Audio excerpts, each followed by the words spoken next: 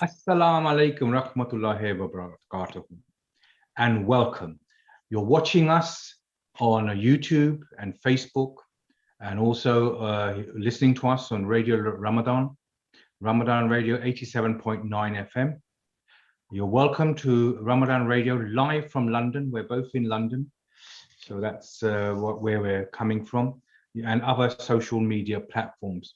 Now, you will recall that last week we had a great gentleman on, and because of popular demand and not finishing the questions, we have asked Professor Humain Dar to come back.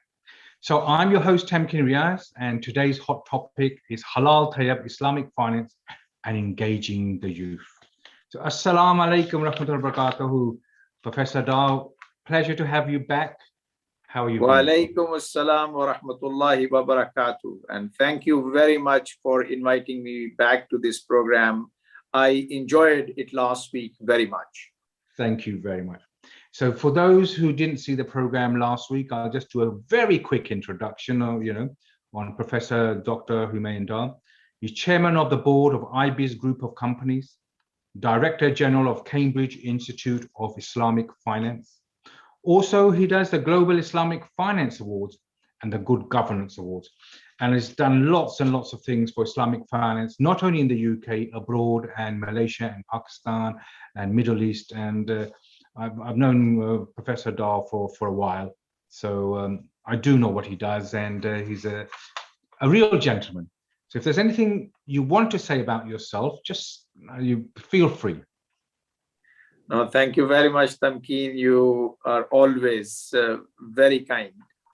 I must say that in the last one and a quarter of the year, yes, i.e. during this COVID period, we have discovered a lot of new ways of doing the same things. You mentioned about Global Good Governance Awards. Now, all our awards programs, pre-COVID, they used to take place in a physical format. Yes. For last couple of times, however, we decided to go virtual. So last year, we had our Global Good Governance Awards virtually held. And this year, later in the month of May, after Eid, we are going to have our second virtual award ceremony for the Global Good Governance Awards. MashaAllah, very good. And please keep us informed, and I'm sure the viewers and listeners would like to be kept informed of that, and we'll put it on our social media as well, inshallah. Certainly. So from last week, I've had a few queries. Shall I read them all out, or shall we go one at a time? I think one at a time would be good. I was just testing your memory. I wanted one person has asked about the Cambridge Islamic Finance Leadership course. Is it still at Cambridge University? Is it full-time, part-time, and what is the cost? So that's right. Now, Cambridge Islamic Finance Leadership Program is a 1 week long residential program. Right. And this is not like an academic program. Rather, this is a mentoring program wherein we invite a lot of leaders from the global Islamic finance industry, from halal industry, and some successful Muslim businessmen. And they share their thoughts, their experiences, their observations on how to run businesses successfully. And if we are working for certain organizations like Islamic banks and Islamic fund management companies or other Islamic financial institutions, how can we progress in our careers successfully? So for last 6 years, we have been running this program very successfully at Clare College, University of Cambridge. Last year, because of the restrictions, we were advised not to go ahead with the program. Hence, we postponed it to this year in August. But given the restrictions again, we have postponed the program for this year to 2022.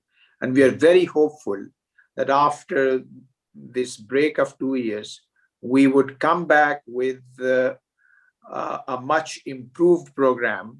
And I think, okay, that program would fulfill the requirements of business development in the post-COVID era. In terms of costs, it's a residential program. Everything is covered for £5,000, which means all the materials, accommodation, meals. We have a lot of entertainment during the 1 week program.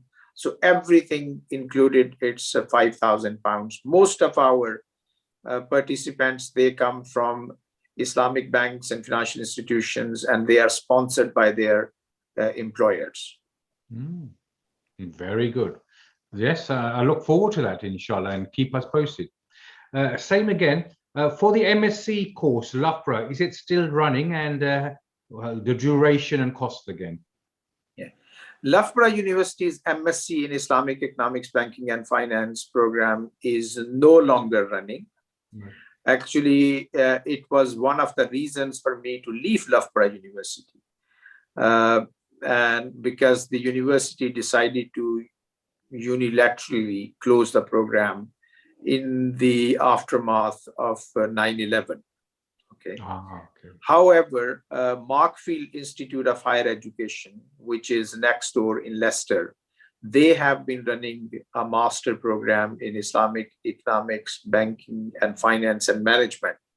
And those of you who would like to have a master degree in a discipline related with Islamic economics, banking and finance, you can check with the Markfield Institute of Higher Education. I am associated with Markfield Institute of Higher Education as a research professor. And I must say that the programs run at MIHE, we call it MIHE, Markfield Institute of Higher Education. They're very cost effective, and you get a university degree at the end anyway. And what's the duration of that? 1 year. 1 year, great. And the final question that was asked, are there any online courses you can recommend, or do you have any online courses? We have been running a structuring program called Cambridge Islamic Finance Structuring Master, which comprises 10 modules. It is offered online through 10 live Zoom sessions of 90 minutes. It's a very flexible program. And those who are interested in learning skills, how to structure Islamic financial products, how to structure an Islamic mortgage, how to structure an Islamic credit card, how to structure an Islamic equity fund, how to structure an Islamic private equity fund, how to structure a product which is a fintech related product, how to structure a microfinance program in compliance with Sharia.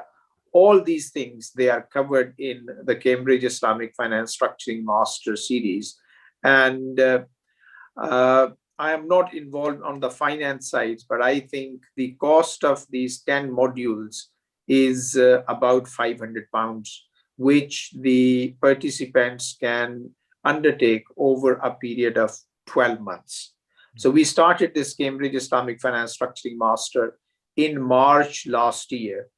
And the first cohort is going to finish their course in July. Okay, mashallah, very good. So that's answered some of the viewers' questions that were passed on to me and that I received. So today's program is about Islamic finance and trading, but mainly engaging the youth. Now, when we say youth, we mean people younger than ourselves. That's right, yes. Much younger? What's your definition of the youth? Over 18? Actually, Tamkin, you and myself, we are still youth, but we are talking about people younger to us. Very good answer. So how are we going to engage? And so obviously modern Islamic banking and finance emerged in the late 60s. Maybe 50, 60 years now it's been running in the UK, maybe even the 70s. So how has the successive generations of youth and youngsters reacted to this phenomena of the past 40, 50, 60 years in the UK and maybe Europe? Right. When Islamic banking and finance was introduced in the world, it got a very exciting kind of response from the youth. Okay. So, for example, in the 70s, a lot of young people, they got interested in Islamic banking and finance. And now many of those, they are still alive and they are customers and clients of Islamic banks and financial institutions. Of course, now they are not young anymore.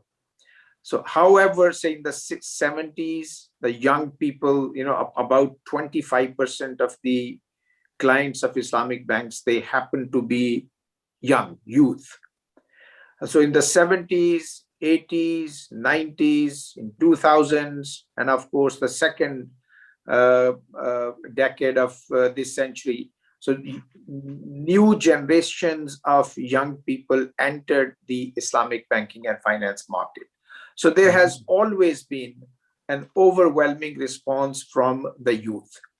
We have observed that the demand for Islamic banking and finance has got a bell-shaped curve, with a lot of skewness towards left, i.e. the younger segments of population, they are more interested in Islamic banking and finance, and their enthusiasm towards Islamic banking and finance rather recedes when they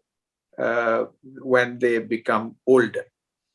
So if we look at the bracket, 25 to 35 years, that is the age bracket which has got maximum interest in Islamic banking and finance.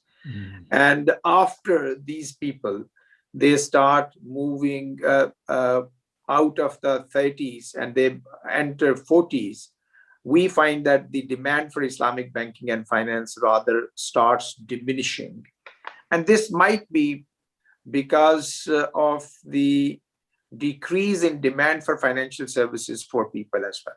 So for example, if I am in my 50s, now at this point in time, my demand for financial services might not be as much as someone in their 20s. Okay. So I'm not sure what is the pattern of demand for conventional banking and finance services. But when we look at Islamic banking and finance, it is very popular amongst the youth. 25 to 35 is the segment which has effective demand for Islamic banking and finance. Now, between 19 and 25, there is huge enthusiasm towards Islamic banking and finance. However, we have observed that the banking and financial needs of that segment, age segment, is rather limited. Many people, they are not even married, right? So when maybe they're not earning, so they cannot obviously do. Maybe they're still at the earlier stages, whereby when they're 25 to 35, they have some savings and earnings. So that could be a reason. Absolutely. Could be. Yes. That's right. So we differentiate between interest in Islamic banking and finance. So 19 to 25 segment, they have the highest interest in Islamic banking and finance. Right. However, the effective demand coming from them is less than the age segment of 25 to 35 because of, as you said, they start earning, they start family, they're looking for mortgages, the usage of credit cards, etc. It is a lot more in the 25 to 35 segment as compared to 19 to 25. Yes, very interesting. And maybe because of these types of programs, maybe this 19 to 25, maybe coming to 12, 13, 14, 15, age group as well, just for interest. Maybe we should start at an earlier age as well. I think, Tamkin, because of the fintech related products, now this 19 to 25 segment, they are entering the market for Islamic financial services as well. So anyone who is eligible to open a bank account. For example, they can apply for a lot of Islamic financial products which are already available in the digital or electronic format. So because of, I think, the increasing use of technology, the youth, more and more of it could be becoming effective demander for Islamic financial services. Excellent. Yes, I think you're right. So as Islamic finance and banking is a modern phenomenon, because, 20, 30, 40 years is still very young, and it's now going into Europe more as well, can this be used as a tool for developing new so-called identity amongst the Muslim youth and others? Is it just the Muslim youths we are talking about, or is it generally, predominantly with Muslim youths, would it? I must say that a lot of people, they rightly so, they claim that Islamic banking and finance is for everyone. It's not only for Muslims. Right. This is true. However, it makes a lot of sense to assume that Muslims would be naturally interested in Islamic banking and finance. Right? Beyond Muslims, the demand would be rather limited. Okay. It's like, a halal butcher's shop located somewhere. And if in that vicinity, there are some non-Muslims as well, because of the convenience factor, they might start buying halal food. Okay. But this is not their intention. Okay. Yes. So similarly, Islamic financial services, they are primarily meant for Muslims, because Muslims believe in the prohibition of interest. Other faiths, unfortunately, their stance on the prohibition of interest has changed. Although historically, and by this historical reference, I mean centuries and centuries ago, Christianity and Judaism, they had exactly the same stance on the prohibition of interest as Islam. However, in these two biblical religions, the prohibition of interest is no more a big issue. It's only Islam which has retained the prohibition of interest, and actually the emphasis on this prohibition is growing with the passage of time. So it is actually the Muslim youth we are referring to. Okay. Now, before the advent of Islamic banking and finance, the Muslim identity was primarily achieved by the youth and other people through a political reference. Right? Now, Islamic banking and finance has provided a non-political reference. Okay. This political Islam or Islamist movements in the Muslim world or elsewhere as well, which have been criticized by many for a variety of reasons. We cannot go into those details. Yes. But for example, in the West, there is a lot of distrust when it comes to Islamist movements. Yes. The two sides, they don't trust each other. Now, Islamic banking and finance has provided a platform which is acceptable to the Muslims, and it is equally acceptable to the non-Muslims, especially the West. And as I said in the last program, yes, our British government is very much involved in Islamic banking and finance. So Islamic banking and finance is not considered as a threat by the West or by any Muslim governments. Rather, this is considered as an opportunity for doing business together, opportunity for exploring newer markets. Now, the youth can very comfortably associate themselves with the Islamic banking without having any fear of any stereotypical kind of reaction from people. So a person, a 15 or say 19 years old, 20 years old person can very proudly say that I am doing Islamic banking and finance. I am a customer of Gatehouse Bank or Arrayan Bank or any other Islamic banks, without having this fear that he would be considered as a fundamentalist, right? So it's a new moderate identity of Muslims, which has become an option for a lot of people who would otherwise feel uncomfortable in associating themselves with Islam. So I think from that viewpoint, this is a new lifestyle for the youth. It's an opportunity for the youth to associate themselves with Islam without without fearing any kind of discrimination from people. So from that viewpoint, I would say that Islamic banking and finance and the halal industry, I can tell you that a lot of sisters, because of this modest fashion thing, Yes. they have started emphasizing on their Islamic identity. And I would say that because of COVID, this covering of your face, this has become a fashion now, right? Yes. This was a religious requirement, and the Muslim women, they were criticized for this thing. Now this has become a mainstream thing. I went to the Westfield today, and there was this big notice at the entry point that you may be required to use face covers at all times. Oh, okay. Right. So I think, this modest fashion and Islamic banking and finance, these are two pillars of a new Islamic lifestyle and a new Islamic identity. And I am very happy that I have been involved in Islamic banking and finance, which has emerged as a new Islamic identity for the Muslim youth. Yeah. Just on that point, I'm going to be a bit naughty now and say that they wanted to ban the burqa and ban this and ban that. And now God has now said, okay, let's all be covered.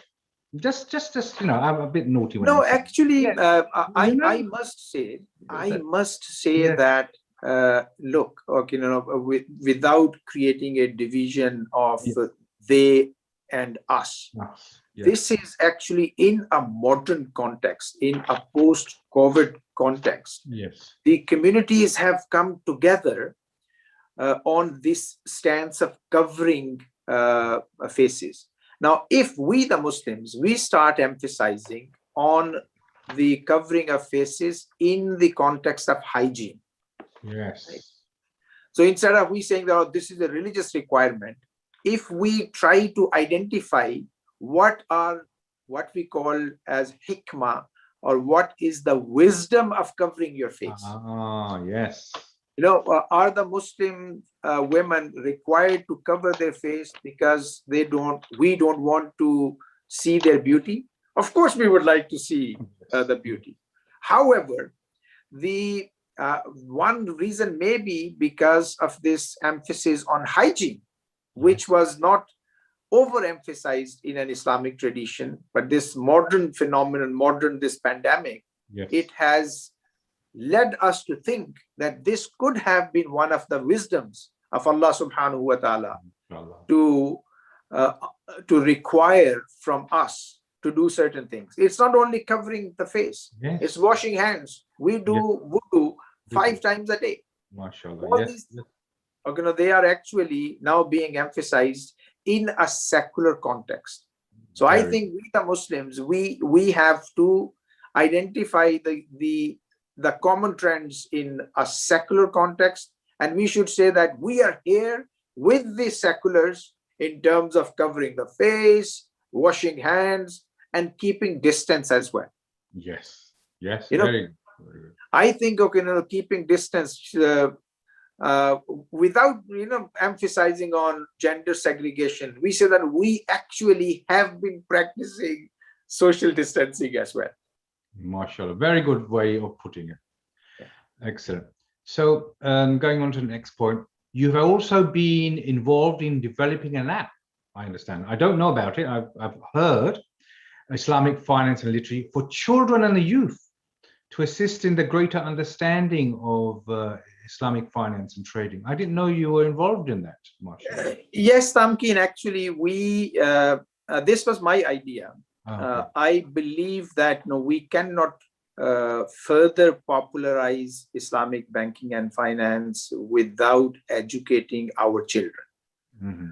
So we started a program called Cambridge Islamic Finance Children's Stories Program. Okay. And in 2018, we got a project from Asian Development Bank. And with the help of ADB, we actually developed an app which would allow us to share this one story.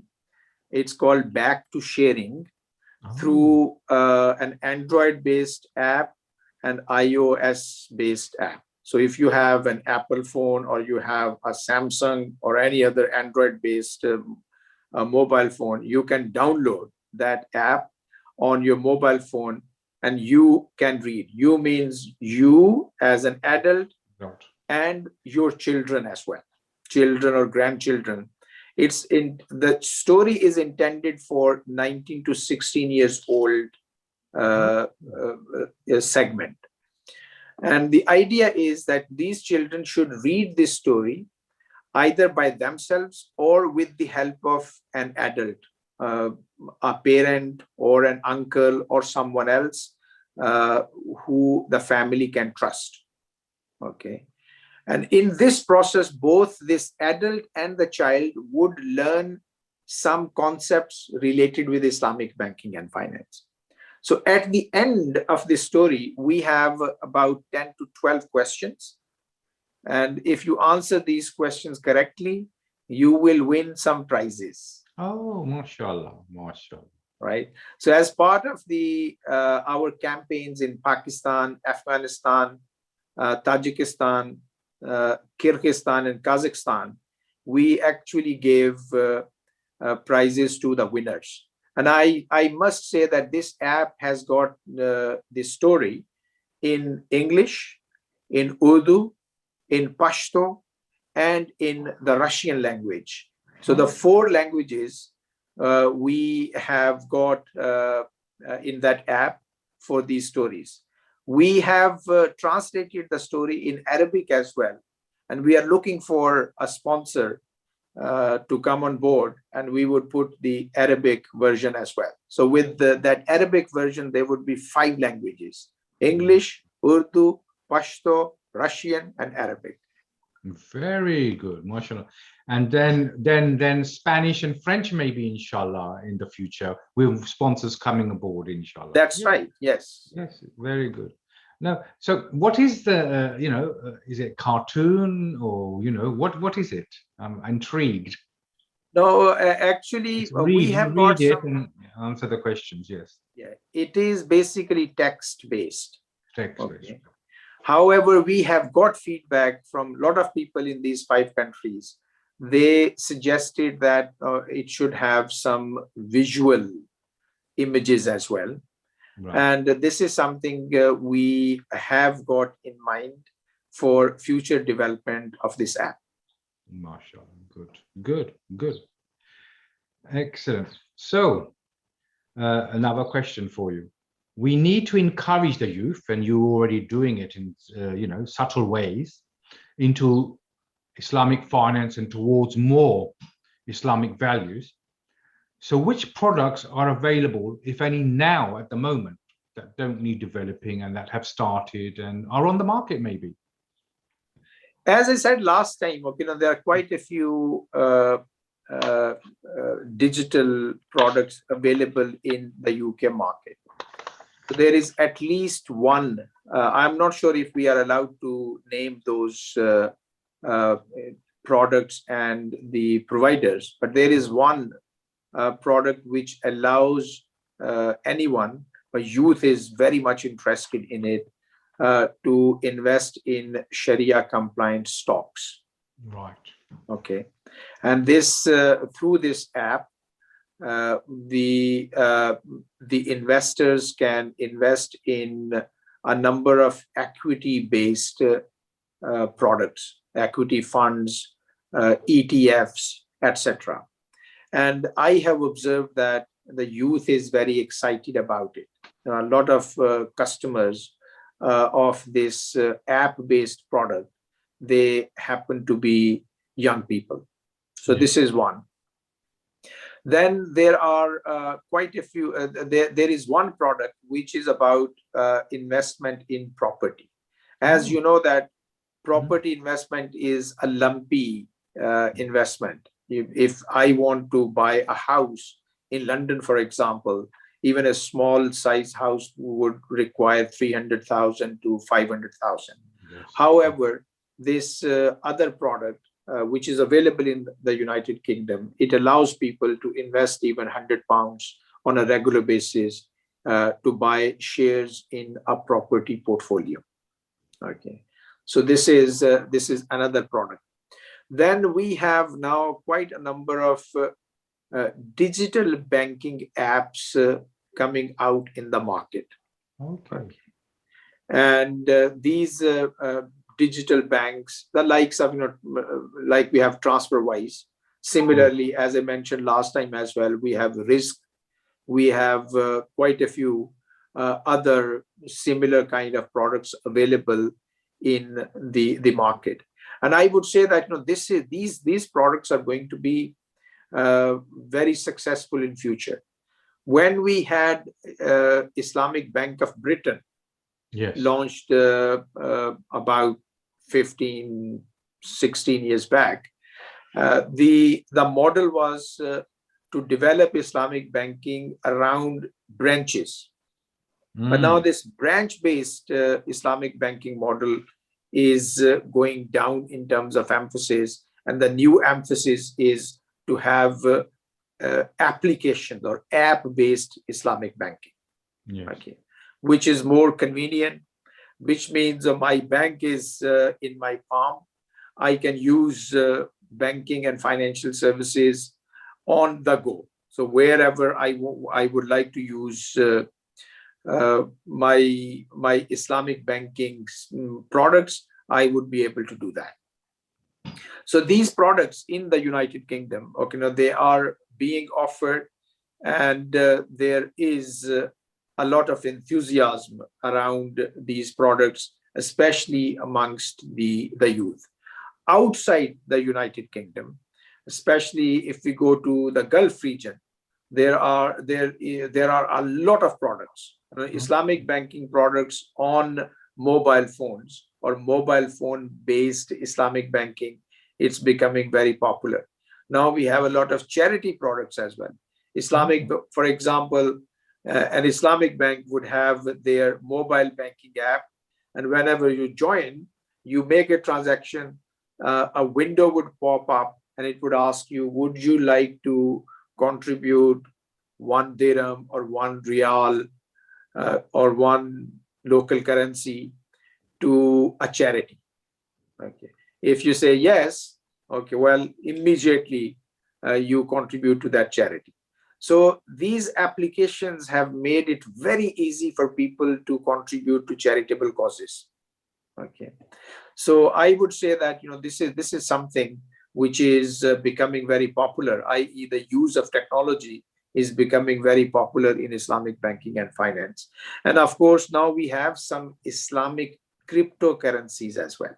Okay. Okay.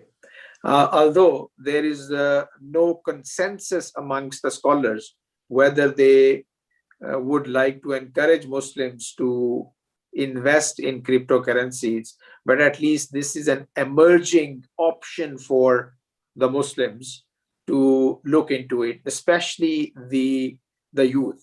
I was actually surprised, even a couple of years back, when I had huge doubts on the viability of Bitcoin, for example. Yes. And I was shocked that my son had a Bitcoin account. Okay. So the young, a little secret, so have I. Right. So this shows that you are as young as my son. MashaAllah. So young people, they get excited with this kind of new things. And the fintech based products, okay, they have ensured that Muslims youth's interest sustains in Islamic banking and finance. Yes. Very good. No, absolutely right. So on that, let's have some more examples. Are the youth and others using the technology to trade and excel in business, not only Islamic business, but general business as well as other sectors? Yes, I would say that because of this excessive use of technology, I have seen not only in the United Kingdom, last year, not last year, well, in 2019, last year has just disappeared, right? And in 2019, I was, for some time, I was in Pakistan. And I was surprised to know that young girls at homes, okay, they would be doing a lot of trading using some local trading platforms. Oh, okay. Like, this OLS, it's like eBay in Pakistan. And they would make something at home and they would sell using their Facebook accounts or other social media accounts. And the motorcycle owners, yes, right, they would become sort of logistic agents. Okay. So these girls, for example, by themselves, they cannot go and deliver. Yes. So in their locality, they would have these 6, 7, 8, 9, 10 motorcycle guys, young guys. Yes. For a fee, they would be very happy to deliver these things. Wow. So this kind of trading is now happening because of the use of technology. And you might have come to know that Amazon has now gone to even Pakistan. Okay. So with the help of this huge trading platform like Amazon, I believe that Muslim youth is going to get engaged in trading in a big way. Now, the question arises, how can the Muslim youth use a trading platform like Amazon? This is something we are trying to do with respect to women.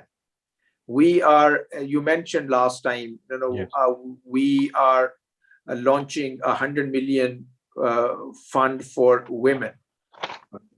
And one emphasis in that fund is to create a sub-platform on Amazon, which would allow Muslim women to trade their goods and services. So, for example, if you see an item on Amazon and next to it is W, so you would come to know that this is actually a product developed by a woman, or this is a product which is being sold by a woman. And if you have sympathy to feminine causes, you might want to buy that product. Okay. So I just had a question pop up on the screen while this. Is Amazon halal? Drop shipping halal? So I don't know where this question came from. Actually, Amazon is a trading platform. Right. So if it's like a big shop, right? And if you sell a prayer mat using this trading platform, that activity is halal, right? And if someone is selling wine using Amazon, that activity, of course, is not halal. So this is a platform which can be used for buying and selling anything. Haram, I think more to do with the drop shipping aspect. I don't know why that question came about. It was directed at the drop shipping of Amazon. Drop shipping is where they have everything in their store, and from their store they then deliver rather than the individual delivery. It's look, this is a regulatory issue actually. Okay. This comes under antitrust laws. This monopoly power of Amazon. Okay, this is something which a lot of people have been criticizing. If I try to sell something using Amazon, you will find after some time that Amazon is actually having a similar kind of thing, okay, in their warehouses, and they are diverting the traffic to those products. So this is something, as I said, okay, this is a regulatory issue, and if there is an excessive evidence of this kind of thing, maybe the regulators would go after Amazon, and they would be fixing this kind of thing. So you were saying that if on Amazon it has a W, before I interrupted you, then it's for women empowerment and for women. And then I asked the question. So you were, sorry, That's right. Yes. Similarly, okay, what we are emphasizing, we are saying that a lot of people, they have started developing halal platforms. Right. Our view is that, this would not work, because a lot of people have actually developed halal trading platforms, but because of the lack of scale, they have not been very successful. So what we are suggesting to some people is that, you should be using Amazon as the main platform and put your halal products there with an H kind of. Oh, I see. Right. So when Tamkin is browsing for something and there Tamkin finds H, you will know that this is actually a halal product. Yes. Right. Good. So I think, okay, a multi-trillion-dollar company, I think a $2 trillion market cap company, which Amazon is, I think we have to leverage on this success to trade in halal goods and services on a global level. Now, that's a very, very good point. Yes, have your own motif with H on it or W for women or whatever, so that the customer has a choice and understands why and what it is. Very good. That's right. So obviously there are a lot of apps on the market and available. So which is your favorite or favorites and why? Right. I first of all, I must say that, the developers of this app, they haven't paid anything to me. So this is my personal, sincere view. And I would say that, if I show, this is called Islamically. Islamically, actually. Right. And this is, I will show this. Yes, this is called Islamically. Right. Islamically, this is an app which I like very much, because it allows me to have information on the halal stocks, halal shares. Okay. So this is actually, I was going to somehow, this is asking me to update my, now I can open it. So when I go there, I find, for example, on the dashboard, it tells me that there are 497 stocks compliant in my market. In my market means because I am based in UK, so they would say that in our app there are about 500 listed stocks on, say, London Stock Exchange, which are Sharia compliant. Okay. Right. So when I click on that one, I get a representative list. For example, it is telling me that Facebook is a Sharia compliant stock. Oh. Right. How about Amazon? How about Amazon? Let's check. Okay, let's check. Okay, whether Amazon is a Sharia compliant stock or not.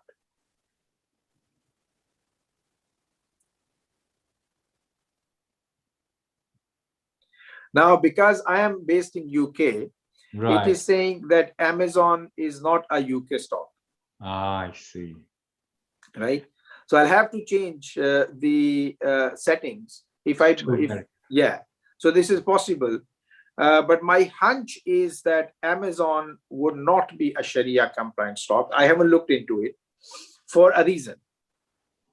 Because a lot of trading happening on Amazon is of non-halal goods and services, right?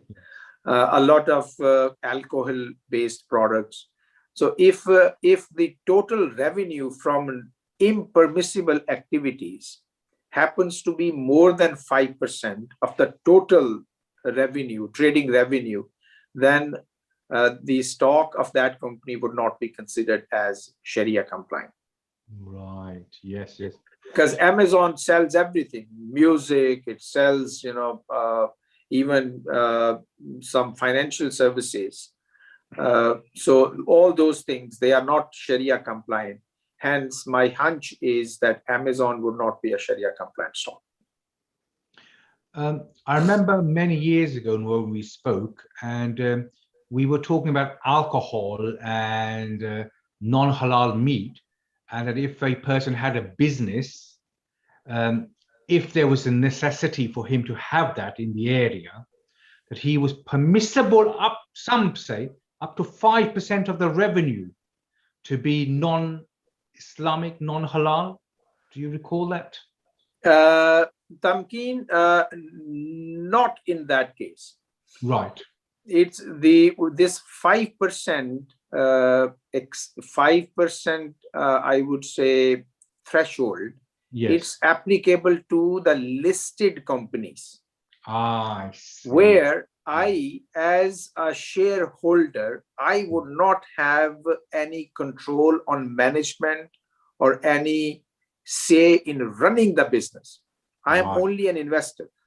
But say if you have a corner shop, and in your corner shop, if you are selling pork or if you are selling alcohol, and the revenue coming from these impermissible items is 5% or less, even then your business activity would be considered as haram.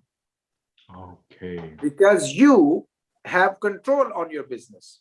Right? So you cannot say that because the locality in which I have got this corner shop, there is demand for alcoholic beverages, hence I should be allowed to sell. No, this is not acceptable. Okay, so this is, I think, this is very, very important. Now that we are talking, I don't want to take the role of an alim, but I must say that I was shocked once. I went to this one Muslim-owned shop, and it was the month of Ramadan. Right. And the owner was a Muslim, and apparently he was a very practicing Muslim because he had long beard. And to my horror, I saw him selling alcohol to someone during the day when he was fasting. Oh.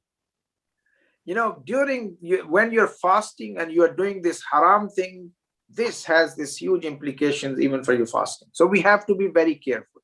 The things on which we have control, they are sin, and especially during the month of Ramadan, we should refrain from committing sins of any kind.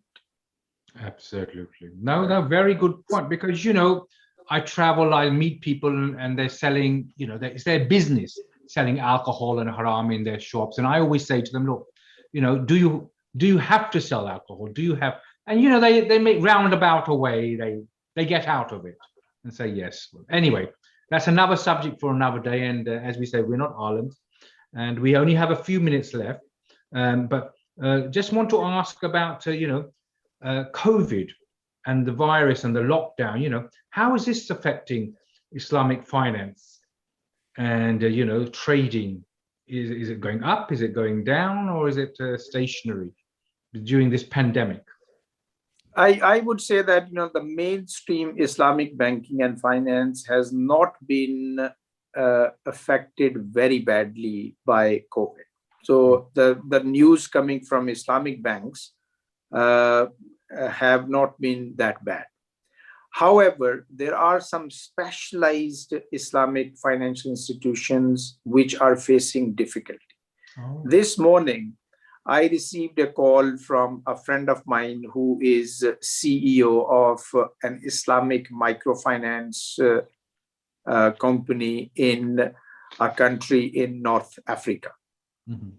And he said that because of this lockdown in his country, the recipients of Islamic microfinance, these small businesses, they were suffering in a big way, and hence they were not able to pay back.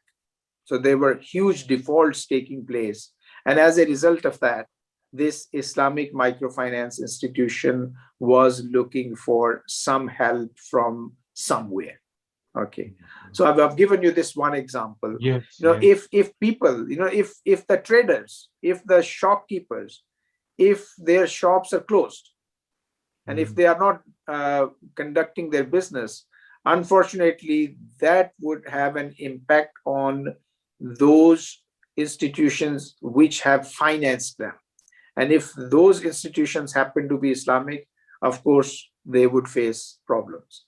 So we hope that this pandemic goes away, and the kind of loss and the kind of adverse effect it has created for Islamic financial institutions, this would go away. Thank you very much for that insight. And obviously, in microfinance, only 2 or 3% default, and 97, 98% is paid back. But during this pandemic, we fully understand if they're unable to sell. So, Professor Humaindar, it's a pleasure as always to have you. And I personally learned so much, and I hope the viewers and listeners have learned. And obviously, if they have any questions, they can ring Ramadan Radio on 077-614-60614, or any questions for us, they will be passed on to us. So Professor Humaindar, thank you very much again for your precious time and knowledge. Jazakallah khair. Thank you very much. Thank you very much for inviting, Tamkin. Assalamu alaikum wa rahmatullahi wa barakatuh. Wa alaikum assalam.